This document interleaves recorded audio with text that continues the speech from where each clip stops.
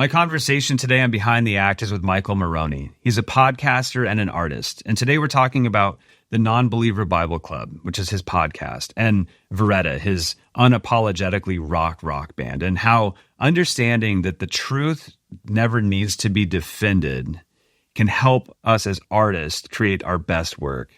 I'm Seth Schaefer. This is Behind the Act with Michael Moroni. You have a day job.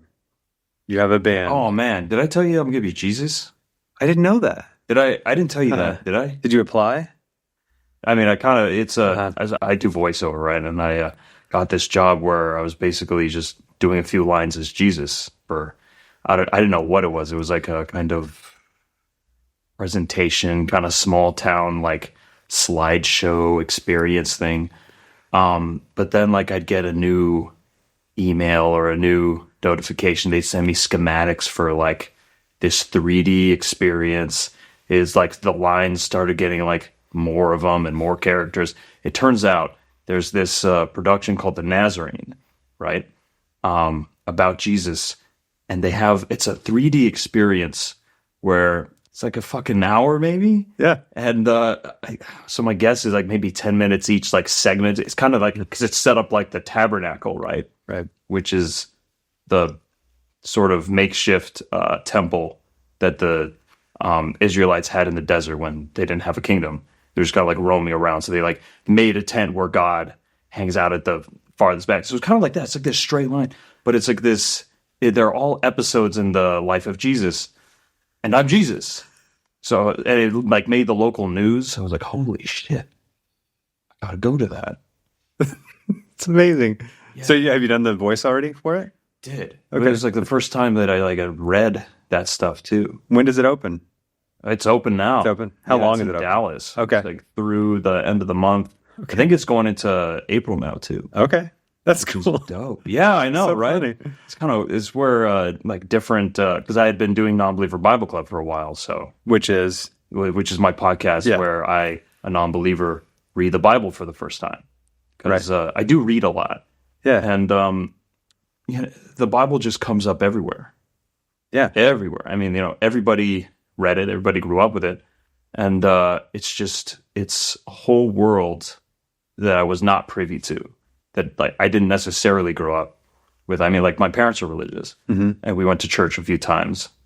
The priest stuff started happening.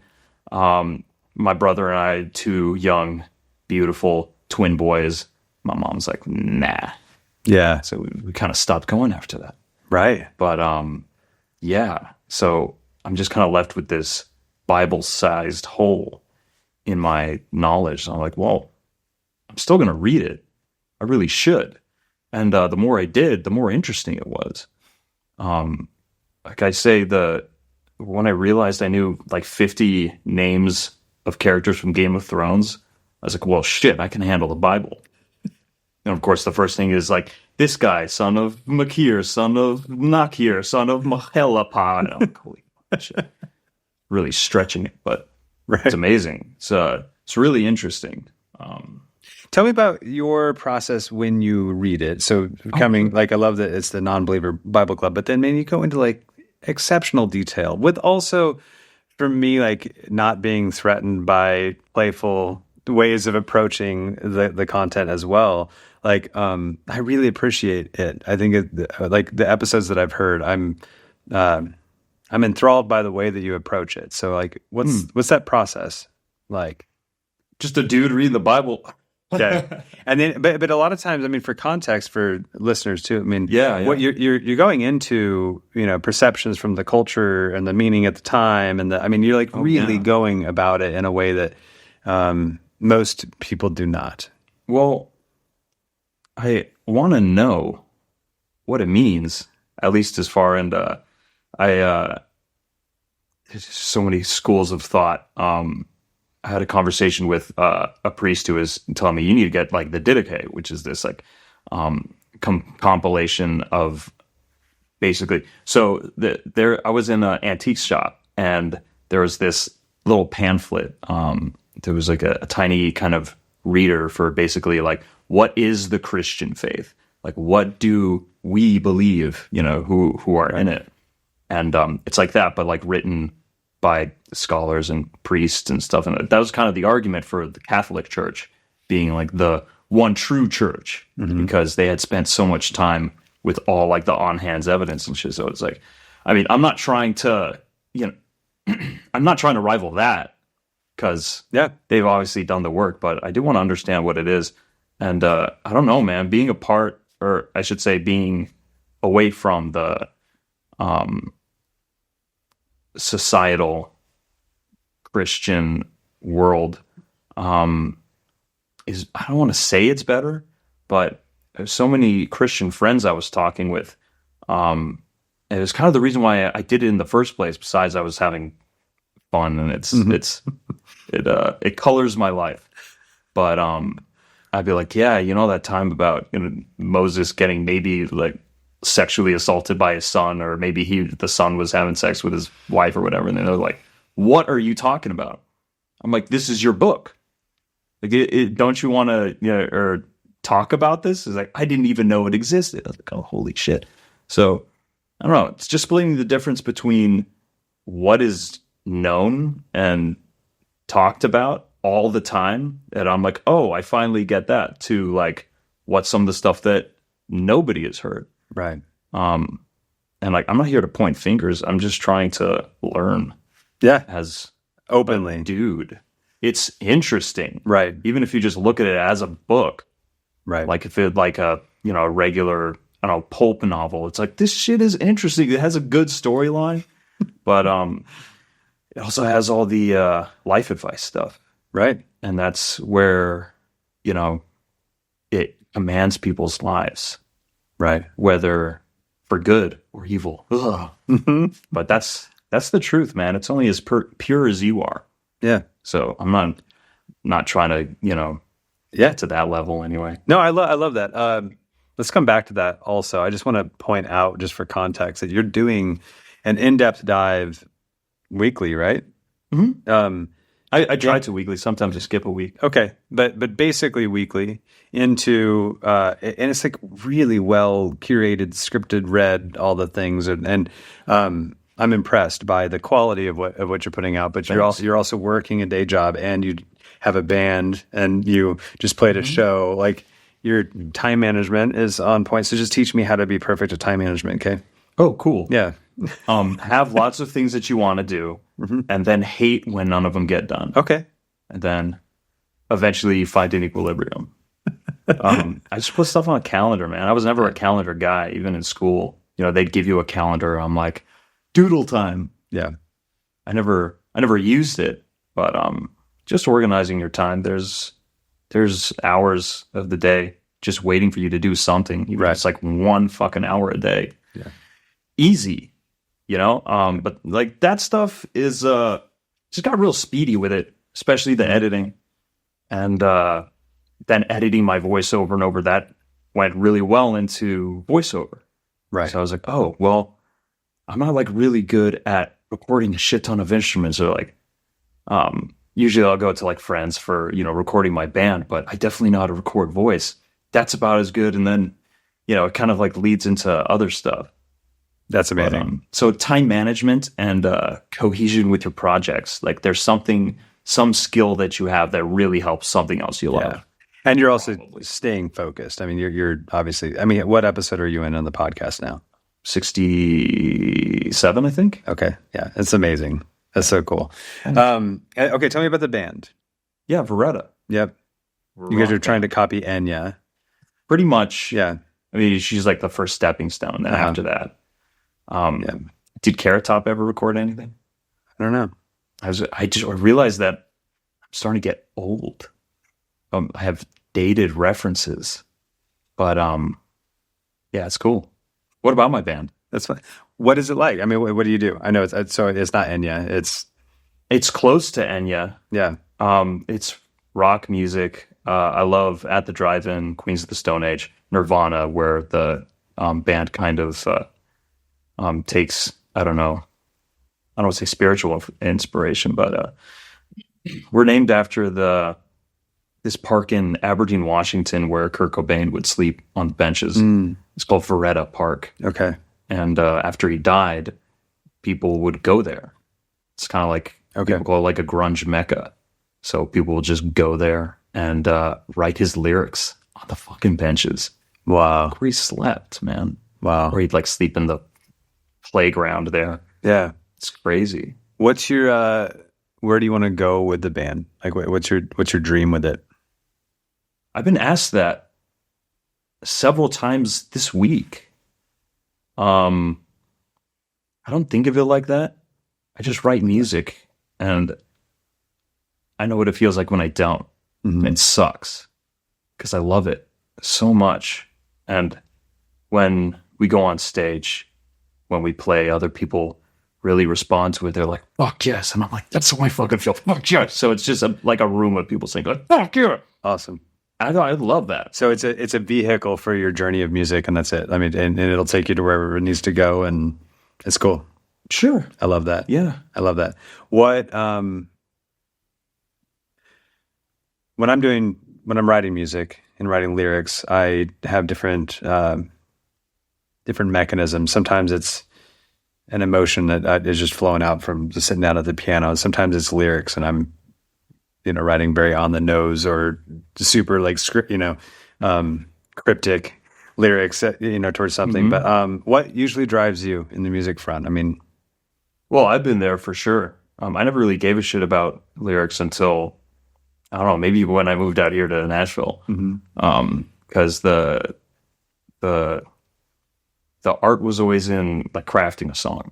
Yeah. But it's like, oh, you also have to, share. And I'm not really a sharer, to be honest. Right. I'm really closed off. And that's comfy for me. But and kind of taking seriously the idea of communicating something with lyrics, taking that time to explore that was really interesting to me. And I don't know if it changed my songwriting on a way that's visible on an exterior front, but yeah, it let me figure out, because most of the time, so my brother and I also do videography, and seeing artists who are really good at what they do was really eye-opening to me. Like some people, it's like exactly how you explain, just kind of like forced, and you can tell when somebody's trying to make something of what they're doing. It doesn't have that spark, right, of whether originality or truth to their life. And some people do have that. And when you see it, you're like, holy shit. It's like, if somebody can write a song and it's true to themselves and it matters in their life and it's good, like, almost seems like too much to ask for, right? But when you see it, you know it, and that's what makes somebody really special. What ingredients do you think allow for an artist to get to that place? Openness. And what does that mean? Acknowledging what they're going through and communicating it with rhymes. Sometimes. Sometimes. Approximate rhymes. Yes. Yeah. Are employed. Right. Yeah. Last year I learned that the 3-year-old version of rhyming that I learned is not that cool. What are you talking about? I'm just teasing. When you rhyme hot with bot and God over and over and over. If it works, it works. I know. I'm just teasing. But I learned that there's not that there's a rule, but that there's availability to plenty of other ways to put lyrics together that made me feel a lot more open and excited to write. Yeah, I think Bjork really opened it up for me in a way that, because she just like eliminates all of that. Sometimes it's like, what the hell did she say? Like, it doesn't matter. Mm-hmm. She'll like just sing gibberish sometimes. Yeah. It's like either Icelandic, English sometimes, or gibberish. Right. It's fucking amazing. She's incredible. That's awesome. Yeah. For real. You into Bjork? Into's the wrong. The answer would not be yes. It's the right word for her. Come into me, my children. The answer is I really appreciate her as an artist, but I never have her on my playlists. Yeah, I got it. It took me a while to start listening to her discography, because I was such a big Radiohead fan through my 20s. And then, that's all they kept saying. It's like, we were just trying to be Bjork, man. That's funny. He came out with, because like you listen to Homogenic, and it reminds me of Kid A a little bit, except Kid A came out in 2000 and Homogenic came out 96, 97. Jamie, pull it up. It's one of those years. That's incredible. Right. Amazing. Predated that. She predated a lot of stuff. 97. Thought so. Awesome. But yeah. Are you good at being a fan? I guess you just said you're a fan of Radiohead or I don't know what that means. I know. Well, I guess let me unpack where I'm at. I've realized I'm not good at being a fan. Like I visited Mount Rushmore one time, and I listened to Bjork one time, and I really enjoyed both experiences. But I'm not like I need to go back there. Like about many things, especially with music and or movies or anything. Like I don't know. It's funny. Oh, I've had people be like with a movie. You said what? You said with movies? Oh, I'm saying though it's true with movies as well for me. Like it kind of dawned on me. It's like I watch a movie. I was like, that's a great movie. That's really cool. But I'm not often like, let me watch that again. I mean, there are a couple that I would default to rewatching, but it hit me that I'm like, I'm bad at like, bad is the wrong word. I'm not terrible. I never say, hey, I have some open time now. Let me sit back and like consume a bunch of like this artist again. Like it's like I'm like a research and like try to fill my head full of like solving the next problem that I am trying to figure it out kind of a guy. And you got to replenish for sure. And replenishing feels like it takes time, but it doesn't. It takes no words. Like if you have to put a bunch of words or like, I don't know, to bring it back to Bjork, when she was writing a song for Madonna, she said, what did she say? She said, let's get unconscious, honey. And it's like, fuck yeah. That's the root of what we're trying to approximate with these words. Why words. They like never fucking, you could say anything you want to a million times. You still didn't get it. You still didn't capture it. It's because it goes beyond words. It goes before words. Yeah. But yeah. Overthinking. Yep. I just do it in process, I think, a lot more than I do analyzing collections of other sounds or scripts or movies or, I'm not trying to say that that's good or bad. I think at times I feel ashamed if I'm playing a trivia thing because I'm like, I don't know any of these like pop culture references and stuff. I don't know sports or When I was in high school, there was this guitar class where everybody just went so that they could hang out and play guitar for like, an hour or whatever. Yeah. And there was this kid and there was like a crowd around him and me. And he would just like play a song. And he's like, what is that song? No idea. He's like, yeah. That's crazy. What about this? And I'm like, I don't know what you're playing. Sweet Home Alabama. That's the only one that I got. That's awesome. So like, oh, thank you. That's so funny. Yeah, it was crazy. Yeah. But so like I started like that. So I mean, I'm forever apart. Right. Hopefully. Yeah. What excites you about this style of music that you are pushing into? I mean, the type of rock that you do. Well, part of it is the fuck yeah, kind of like heavy riff rock that I love. It's very cathartic, very loud, it's groovy. So everybody has a good time and I like that. But then I have like another side that's a little more heady, a little more Radiohead. But I'm not that experienced recording instruments. I'm kind of bad at it actually. Sure. Not terrible. Yeah. But it's been a learning process. Are you unpracticed, and that's what you mean by bad, or are you like okay? No, because I've definitely been recording since. Okay, and I get better and better. Okay, yeah. It's a little slow.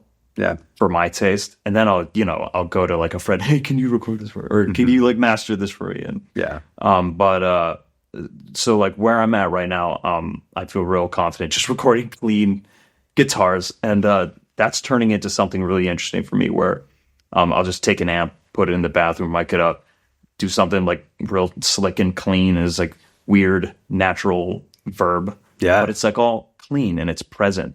It's Right. like kind of dancey. Our recent single Hello is kind of like sad disco, if that makes sense. Okay.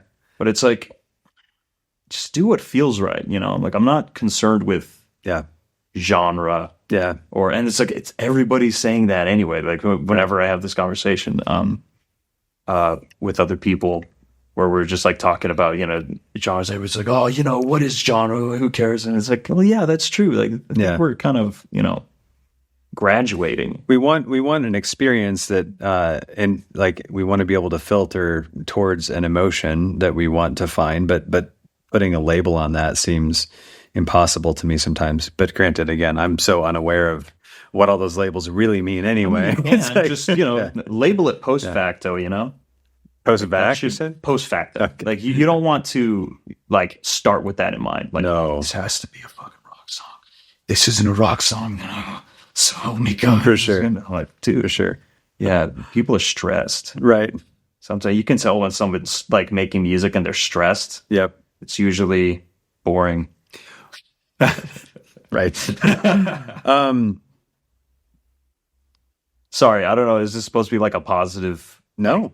Yeah, okay. Don't apologize. I was thinking about the idea of like, okay, so you got songs that you're writing, you got the podcast around the day job stuff, and I'm just trying to think about when you, I don't know, like what are your, how do you deal with moments of stress or fear? Or, I mean, so far what I know of you is like pretty confident and competent at the same time. Thanks. But I wouldn't say yeah, competent. I'm striving for it. sure. I think that's where I get the most frustrated, when there's something that I can't do. Right. And it's not that I can't do it. I just can't do it to like, you know, my level. Yeah. But But where do you lack confidence? recording myself, definitely. Sure. To an extent, you got to be proud of what you put out. Yeah. But you don't need to be like 100% loving it. Sometimes that's kind of hard. Yeah. Because it's always fleeting. You know, like David Lynch says about ideas, if you've heard that, about how they're like fish, Okay. which is why you always got to write them down, because it's like, remember. Okay. Yeah. Yeah. Like, you don't fucking remember. No. You know, Yep. everything is beyond your grasp. Like, you're never going to be as excited about an idea, or you're not going to be more excited than the moment you have it, and then Yep. it's just going to be fucking hell. Yep. After that. Yep. All I have is like quotes from people that I like, but you know, if they said it well, or it's just so accessible. Guillermo del Toro talks about directing. He says it's like eating a shit sandwich. He says sometimes there's a little bit more bread. Fucking love that. That's amazing. It's doing There's a Pharrell Williams quote talking about the universe being this like ever moving flow of ideas, and we all have a library card that we can use. And every time you go check out, you're checking out a new idea. But if you don't grab it, it goes away. So he's like, just go do it more, make more stuff, you know, create, and like don't feel guilt or I'm putting this maybe in his mouth, or this idea into his words, but like don't feel shame about what you pulled. Like, just make something and enjoy it, and don't overestimate, I don't know, yourself, because like this is the beauty that you're getting the privilege of interacting with. It doesn't make you any more or less of an asshole that you already are. Right. Yeah. Thanks. Talking about myself. Oh no! I took that as me. Good. Yeah. Yeah. We're starting that fight part we talked about. Where I couldn't do it. I'm just totally kidding. I'm too agreeable. I'll say something that might piss somebody off. That's probably it. It's so funny. Yeah, I'm pretty good at de-escalation. Like, I never got in fights when I was a kid. I got pretty close. It's just, you know, like people getting real pissed, but I can never like take it seriously. Right. Like I remember I was like, dude, we're 11. Yeah. It's just like, real up my foot. Like, or in like middle school. Yeah. It's like a kid getting picked on. He whispers into the ear of the guy, and then he like runs away. And then the guy comes up to me and he's like, hey, he said that you take Taekwondo and you could kick my ass. So can you? And I'm like, I was just helping that guy. I said, I do take Taekwondo, actually. I do it on Saturdays. Right. But I'm not very good. And he's just like, I don't know what to do with that. I'm like, well, I guess I should have let you kick his ass because fuck that guy. And he's like, and then he just left. That's so funny. I don't know. It's awesome. That happened to me last week. Oh. No, I'm just teasing. No. That'd be cool. I have other stories. Maybe it's the same guy. It's a... He just never learned that. It's so funny. Why am I into all of these? Can't I just have a fight? I was in Aspen after a show that we played, and I had a guy come up to me and was like, he got in my face. He was like, it's huge, like huge. And was like, I'm going to kick your ass. And I was like the context, I had just shown up, like we were trying to find our other bandmates to get them back because we needed to go to sleep. And I just, for some reason, I just got my face a little bit closer to him, and I was like, that seems like a really bad idea. I don't know why those words came out of my mouth. And dude, I love that. And he's like, yeah, probably. And I was like, I mean, my thought was really like, really? Yeah. No, and then he like chilled out. I mean, it took about 3 seconds of awkward, like locked eyes, but I was like, I wasn't trying to say I would win. I mean, he would have pummeled me. That's no chance. But it wasn't as much of a just like a pussy. I don't know. I don't know where that came from, because I'm like, I'm not a big intimidating guy at all, and like I don't know why. It's so funny. Use that wisely. Yeah, it's hilarious. Yeah. Okay, so the podcast. Let's go back into that a little bit. Yeah. What are you learning? Shit, all kinds of stuff. I mean, because there's the levels of Bible analysis that you go back to Jewish exegesis.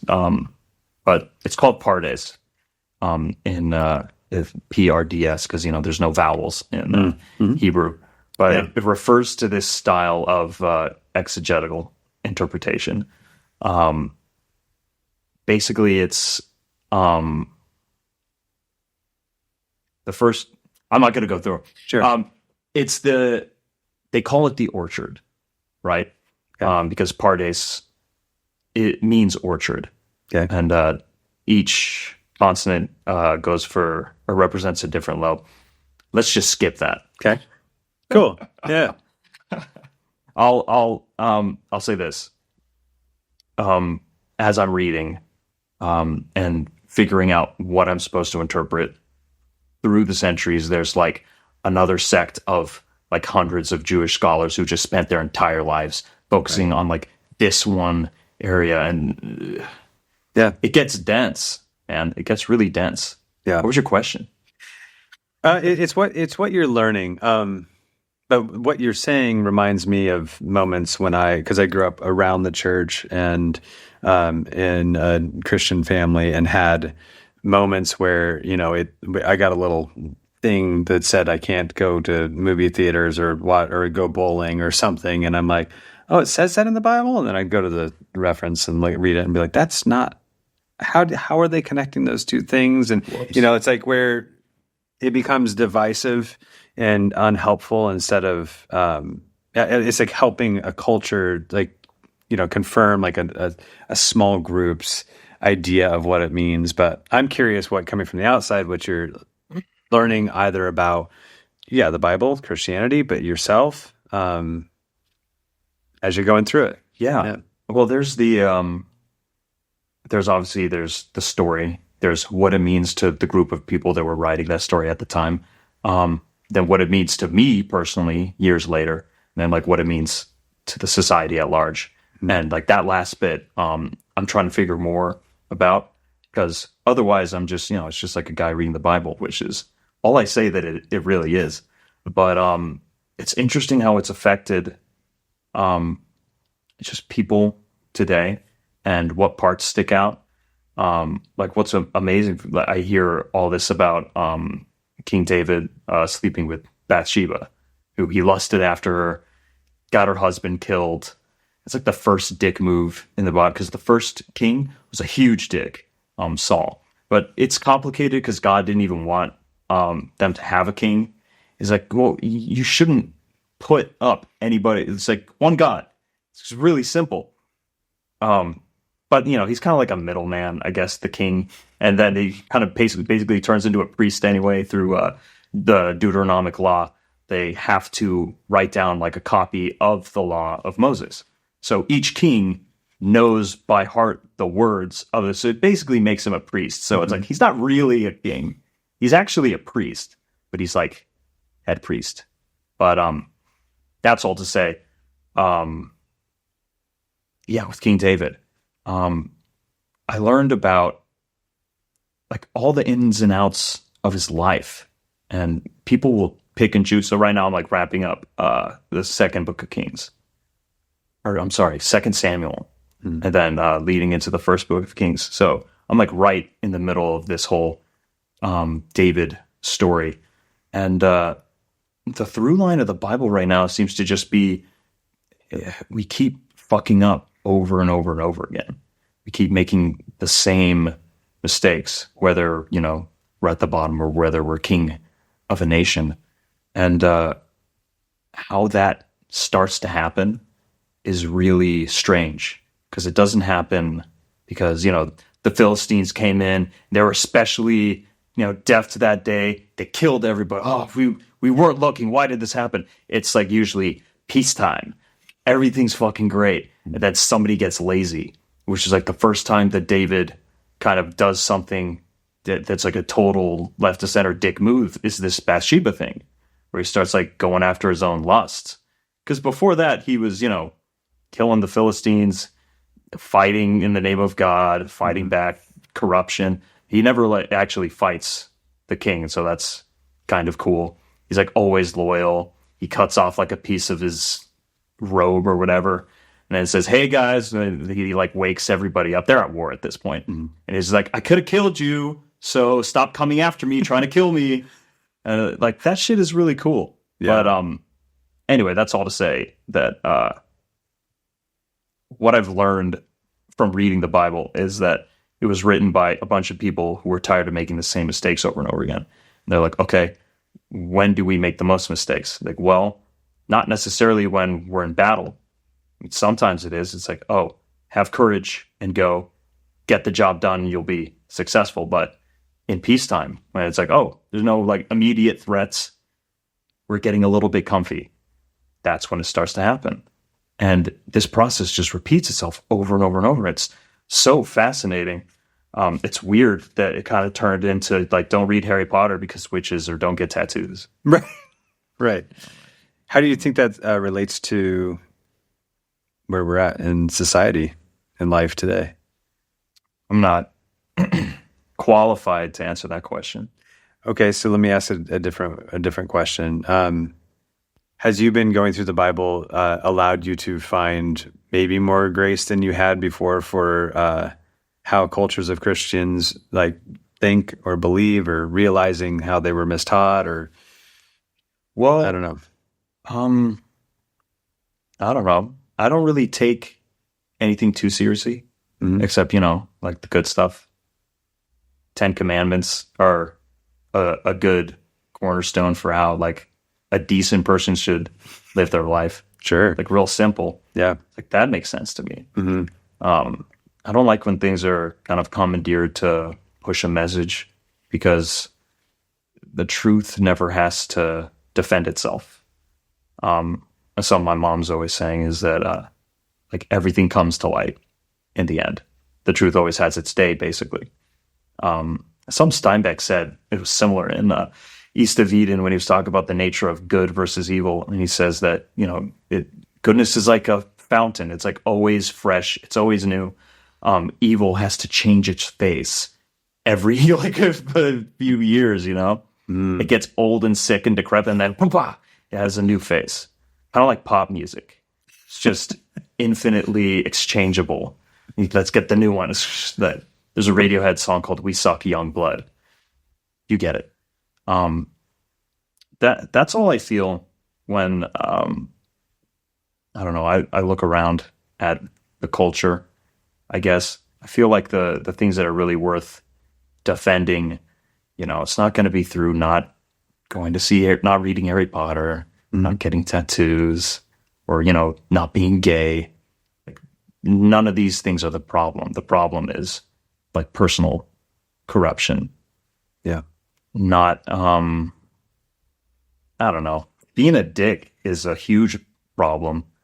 It's pretty much everything that needs to be said. Just by the don't Bible. be a dick. So like, don't be a dick. Yeah. Yeah. Killing Uriah, Bathsheba's husband, Okay. so he can have sex with Bathsheba whenever he wants. Yeah, that's a dick move. That's a dick move. Uh-huh. Don't do that.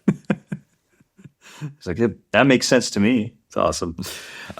Without being too cliche, I want to know how you process around the idea of functioning in the journey while focusing on the destination, right? Like your day to day, day in and out, your goals, your dreams, your desires, whatever. I mean, are you in one camp more than the other, or evenly distributed, or What are the camps? the journey, like being in the journey and the process, which I perceive that you're there a lot, versus like where you want, like destination. Like a lot of people are. Oh, you got to have both. You got to know what you're doing. So what tell me how to think about that. Oh, I don't know. I just see some of my friends who are like successful at what they do give themselves up to the moment, and they get shit done, but they're headed in a direction, and they know how to compile their, like, each time that they worked, to lead to something. And I've definitely, like, you see my interests, like, it's all over the fucking place. Mm-hmm. Sometimes they align, sometimes they don't. I've definitely seen my efforts kind of come to either not as much as I wanted, or I think, oh man, if they would have been a little more focused then. So Yeah. but that's dicey, man. Like, you don't want to focus on one at the expense of the other. You got to know where you're going, but Yeah. Hands off when it's time to rock, Yeah. I see clear evidence of the success of your journey, I'll say. Where are your destinations that you're pointing to? If you could snap your fingers and be like, that is where I'm going to end up. I don't know. What are your dreams? I don't know. Every time I think I understand that, it's like, you're always a little bit further. So I would say not focusing on that, but doing what I'm doing now is really helpful for me, because I feel like I've been able to match that, when I was younger and in my 20s, being in a rock band in Denver, just like going out every night, rocking out, playing a great show, getting pretty drunk. I was having a good time. And it's like, that didn't create nothing either. Like, even though it was kind of like of the moment, created a network of friends, memories that I'll never fucking forget. And you can take that and then give it a job, put a suit on it, give it a mission. And that works for me. Love it. How do you balance your, you mentioned earlier, like, you got to sit back and you got to refeed yourself for creative flow or whatever.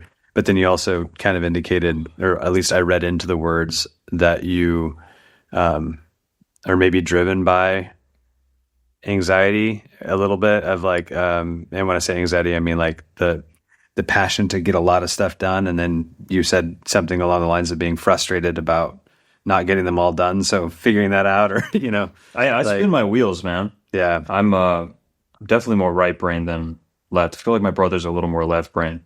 So that, to the extent that I've been blessed with an identical twin who's good at everything that I'm not good at, I've had to get good at the shit that I'm not good at. But that's not a way to, mature.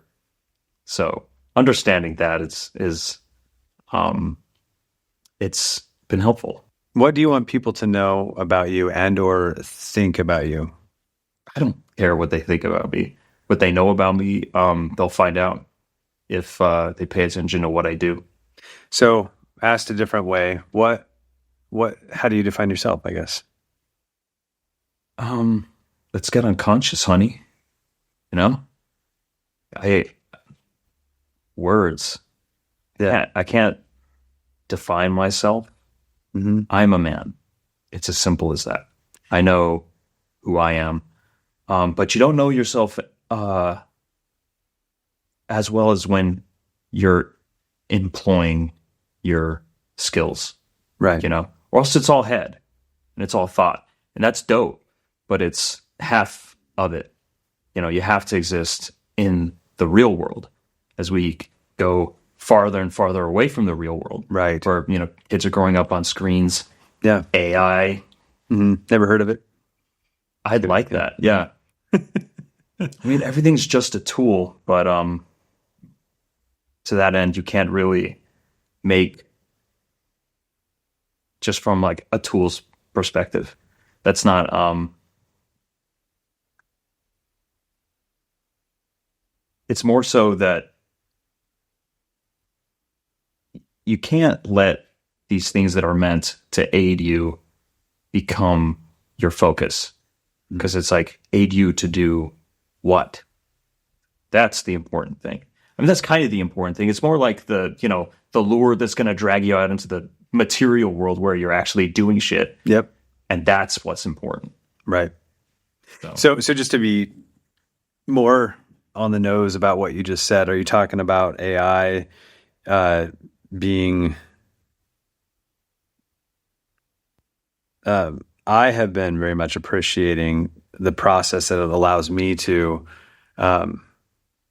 engage the most with. In other words, I'm able to have more conversations, and I'm able to spend more time with my family and more time writing music because of the way that AI is helping my process of releasing the podcast. What do you use it for? Or what kind of...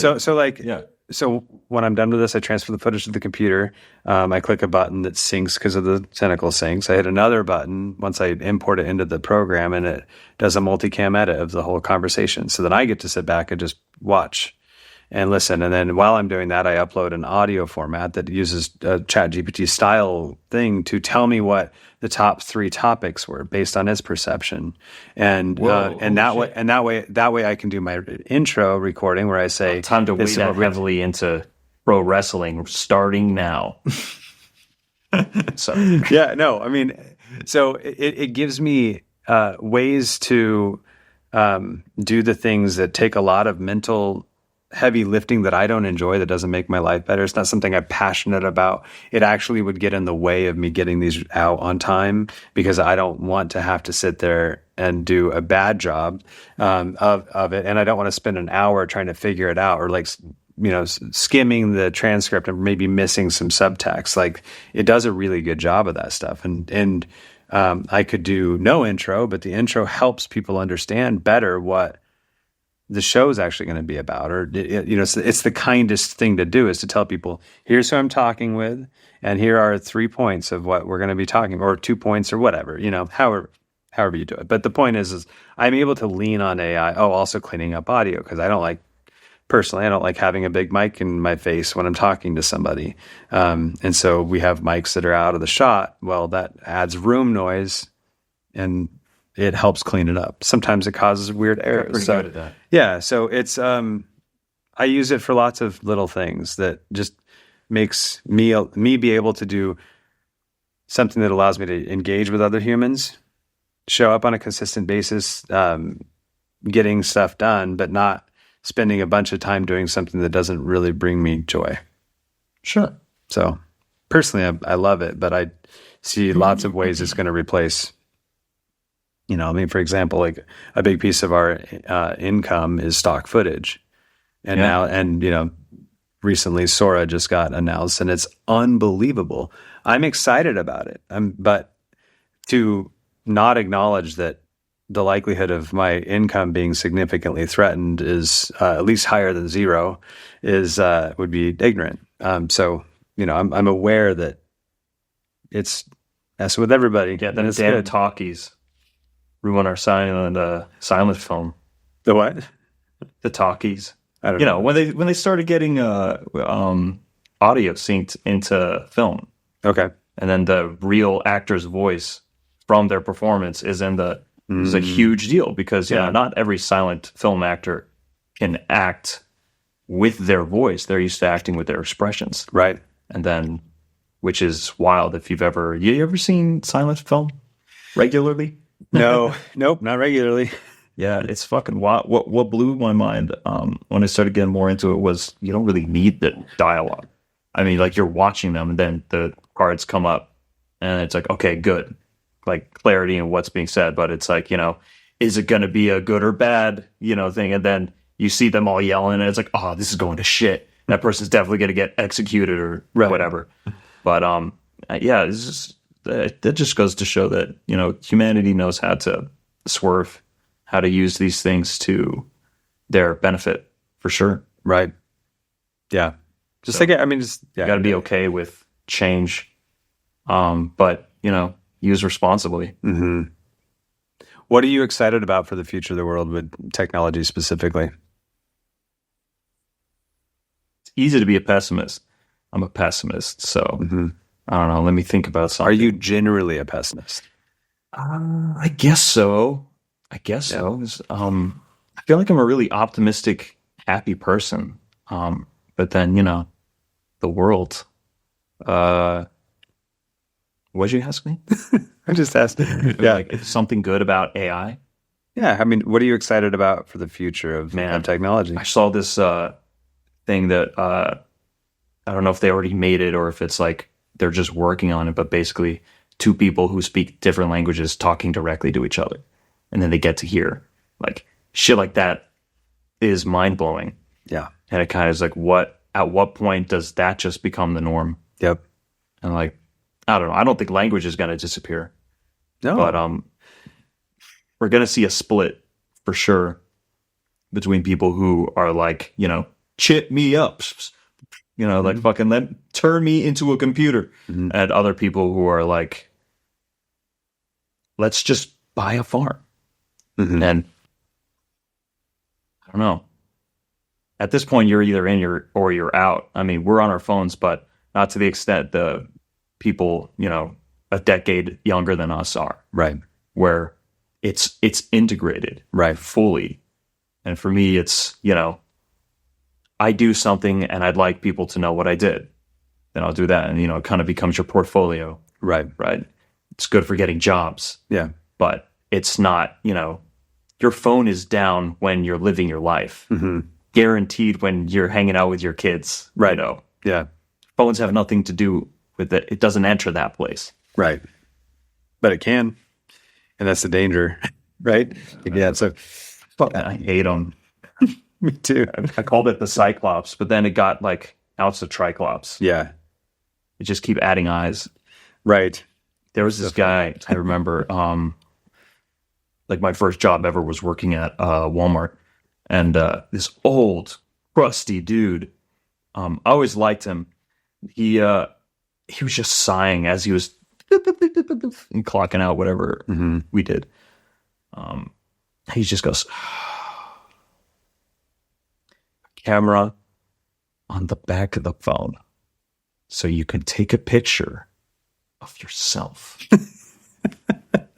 I'm glad I'm going to die soon.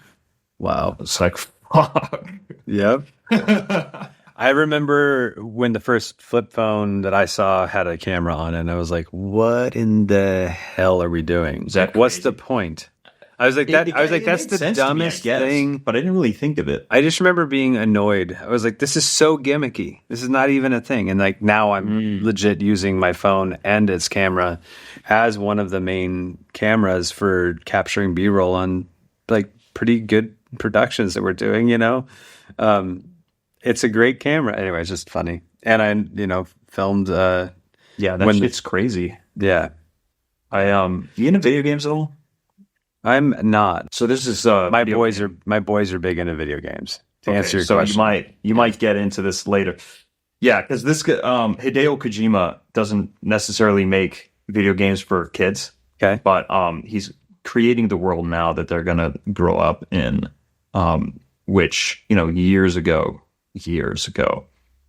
2006, I think he had an interview in PSM where he was like, OPM.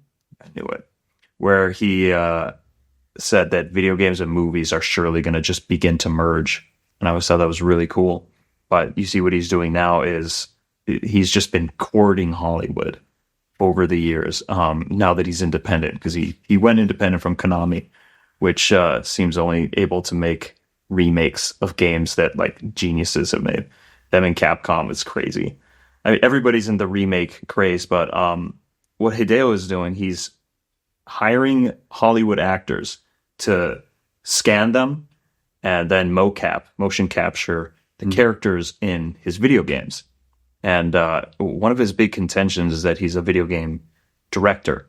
That doesn't make him like a game guy. That makes him a director in the realm of video games. But they're like different words for that in Japanese, apparently. Okay. So they don't actually call him a director. It's like, no, but I am a director. When you watch his shit, they're like basically movies. They're like playable movies. And it's so wild. But his Death Stranding series has Norman Reedus as the main character. Guillermo del Toro, the director. He's a character in it. He has like all these director friends who, right? He just got for the sequel. He got George Miller, who did Mad Max. Okay. It's wild. Leia Seydoux, Mads Mikkelsen was in the first Death Stranding. He's just like, he's working with these people, but then he also invites them in. He'll like scan them. He has a wall that they can sign. He got Conan O'Brien. It's wild. And I'm like, that's a guy who's leaning into it like the right way. Because I feel like there's always going to be more wrong ways than right ways. But here's a guy who's trying to use this technology his way and create something new. And I just wonder when the consoles are officially done with, everybody has like the same thing, because like this is for better or worse the video, which is why they just released Death Stranding on iPhone. If you saw that, it had an iPhone port of like like a console game, because this is the video game console that everyone has. Right. So when everybody has the same thing, The phone. it's like, at what point does it stop being a video game as we've conceived it? Right. When everybody's watching their movies and listening to their music and, sorry, Oh no, continue. like VR goggles? Yeah. What about that? Well, just, I can't be led. You gotta No, I was just just- yell at me. I was just thinking about. No, I didn't mean to interrupt your thought. No, I was just thinking about like the VR goggles and everything. It's like movies and video games and music. I'm like all of it. It is going to become the same thing, because it's going to be the same way of like experience. Yeah, everybody has them. Yeah. Everybody has them. It's like about the senses, not just like how you engage with it. So, like, what does it mean? But, like, a video game is different from a movie because it has to be made. This is why he said in that same article from, like, 2006 that video games aren't art, because it has to be made for the person to interact with it.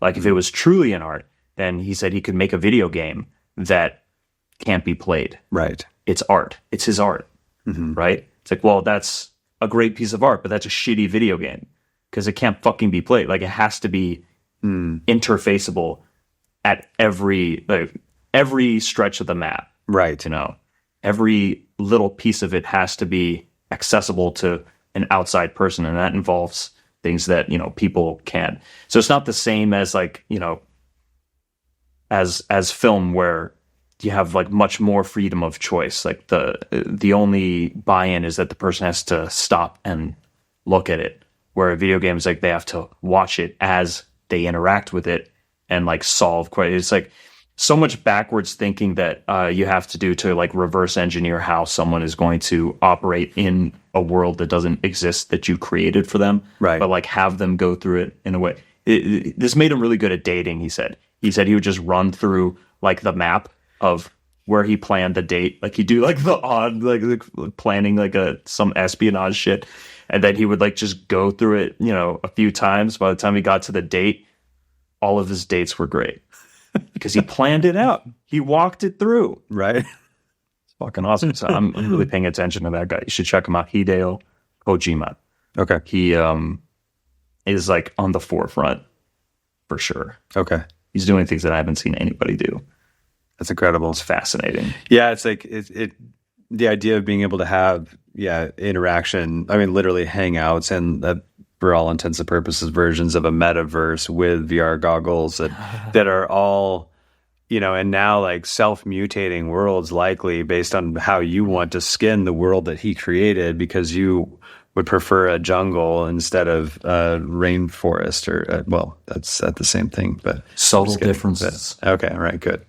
Or a desert. I don't know, but I could be playing in the desert world, you could be in your jungle world, but we're still hanging out and still talking. Or I don't know. There's just better be fantastic or some shit, because that's why Meta didn't work. It's like, oh my gosh, I'm my little avatar, and here another avatar. Do you want to go down to the Meta? I know, grocery store?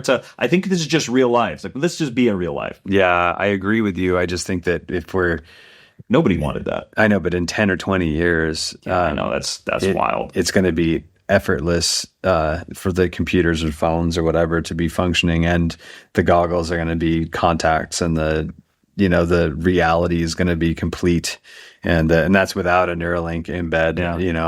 AI art, AI watches. I was seeing somebody said you can have a watch, but if you have the thing, and you can see it on the thing, and it's that's what art's going to be. Mm-hmm. I just don't know how you can value that correctly, or if at all. I mean, it doesn't exactly fucking exist. Well, yeah, but does your digital photo exist? Does this interview exist in video once we get done with it? That's what I love about live shows. I know, but I'm just saying it does, because people, whoever's listening to this later, is listening in a version that. Oh, sure. I mean, as long as there's electronics, but. That's what I mean about my favorite thing about playing a live show is that it ends. Oh, I see what you're saying. And, you had to fucking be there. Right. If you missed it, too bad. But it ends, but it doesn't die. It's still there. I know you remember every badass concert you went to that changed your life. That doesn't go away. Right. Although it would seem to. But I don't know. If we just get a little more comfortable with death, letting things die, that just solves the whole AI thing. We're kind of seduced by the idea of immortality. It's fucking impossible. Read the Bible. Right. Yeah. What? Don't eat from that tree. They're they ate from the tree of good knowledge of good and evil. If he eats from the tree of immortality, we're just gonna have to wipe the whole race, which he eventually did do. Albeit a few people in a boat, but boat life is no good. I guess one last thought, going literally right on the shoulders of what you were just saying. Explain to me how the present and the moment of the show is better because it ends, or how life is better because of death. Well, how's it better because of death? Well, the cliche is that, there's beauty in death. I don't know. It's I like when you read the Iliad, Helen of Troy. She was Helen of Sparta, but she fell in love with Paris, or was abducted by Paris. Everybody's getting abducted and or raped. It's, ancient literature like the Bible. But she's described as the most beautiful woman in the world. And so it's damn, what was that like? But, you see any woman that you'll meet nowadays, beautiful. And I'm going to die. I'll be an old man, and there's still going to be beauty, Yeah. So it's not, I don't know. It's the question isn't about why is it good that things end? It's things do end, and we just have to be okay with it, because it's this is how it's always been. We don't have a choice, so to speak. We can choose how we're remembered, but it all ends up in the tar, in the, with the dinosaur bones fossilized. I just feel it's looking at it the wrong way, Yeah. to be it's an inevitability. All we have the ability to do is appreciate what's beautiful about our world, imagine what was beautiful back then by what survived, and then we just get to hope for the future. It's because I don't say it's all the same thing, but it's like, same difference. Yeah, I mean, what I was hearing you say earlier, it feels like you were talking about appreciating the moment, like being in the moment, because it is going to be done at some point. Yeah, the best time is right now. That idea is the best right now. Like, now is the best time to be alive, right? For sure. Right. But you do got to sacrifice to try to share that now with other people, then. And it can be a head trip, but that's why you never chase it. Just be rooted in what brings you life. Then you never have to like ask about or think about death, because it's coming. You're probably going to be alone and bleeding, dying in the worst possible way. It's like, how is life not a blessing? I think that. I think if I'm dying in the worst possible way, then did any of that fucking matter? Like, why worry about this shit? It's totally fine. I know that's a cliche. We're all gonna die, whatever. Right. I don't care. You shouldn't. Nobody should. So yeah, we're all gonna die, and there's death, and everything ends. And I see you. I just want to acknowledge. I mean, I see you taking advantage of that by sharing insight of old stories of death and war in the Bible, and also championing a live show again for the first time in a while in Nashville. And yeah, I guess keep that up. That's cool. Thumbs up. I'm trying to figure out where to take that. I don't know. That's where we sit. Let's sit for 20 minutes awkwardly about. I'm just teasing. Yeah, whatever you want, man. I know. I'm trying to figure out how to. Oh, whatever. Per the conversation, we'll let it die. Yeah, exactly. Well, what I don't want to do is end on that note. Like, we all die. You don't even need to include that. I know that's true. Oh, no. I know it's good. Well, I don't know what's good about death. It makes room for the new beauty. Yeah, that's true. That's like the eternal. Yeah, that's true. Like the truth. Like I said, that doesn't need to be defended. Yeah. It exists now, then, and in the future. I want to go back into that just for a moment. Sorry. Yeah. I love that. Like the truth doesn't need to be defended. No. Right? Talk to me about that. Yo, you ever done a favor for somebody? No. Just kidding. I don't believe in doing favors. You probably did against your beliefs. I swear to God, I'm totally kidding. So you did a favor for somebody. Sure. Did you ever remind them about that favor? I don't think so, but I'm sure that I understand the mechanism and the trigger you're talking about. Yeah, basically. I don't. Maybe I've done that. I mean, well, it's not my go-to, but talking about it ruins it, man. Oh, big time. Well, but then it's not a favor, right? Like that's at that point. Like if you're like, yeah, I did a favor so that now there's a debt, then it's not a favor. No, you're like trying not to like that. Yeah. What was the question? What was the original? The truth doesn't need to be defended. Yes, I love that idea. Yeah, well, it doesn't, because like the truth is eternal, and we're finite, and even speaking to something, can be helpful. Yeah, but I got in a fight with ex-girlfriend of my brother's in high school about Batman. No, it wasn't high school. Sorry, it was actually her college thesis was that Batman was a vigilante, and that's cool, but it's essentially wrong. It's like, well, I get that, but like Bruce Wayne the man is wrong, but Batman is the idea. It's like, that's why it can be incorruptible, because it doesn't bruise, because and it's like at the end of I'm not saying that the third Batman movie is good, because it's not great, but it ends with Batman having a statue erected of him. Perfect like at least ideologically, that's a perfect ending because Batman isn't supposed to be a person. When it's a person, it's extremely fallible. Someone that can be arrested, someone that they're trying to arrest the entire time. Right. It's like, but he's fighting for truth, right? Like, truth is too elevated for us to trifle with, you know? Right. We just gotta accept it and let it have its day because its day is always being had. You know, our attempts to define it or, you know, trifle with it, to tell lies, it will all be undone. All of it. You never. It's harder to remember all the lies that you've told than just not telling any lies. We do a good job of trying to put into boxes, immortalize.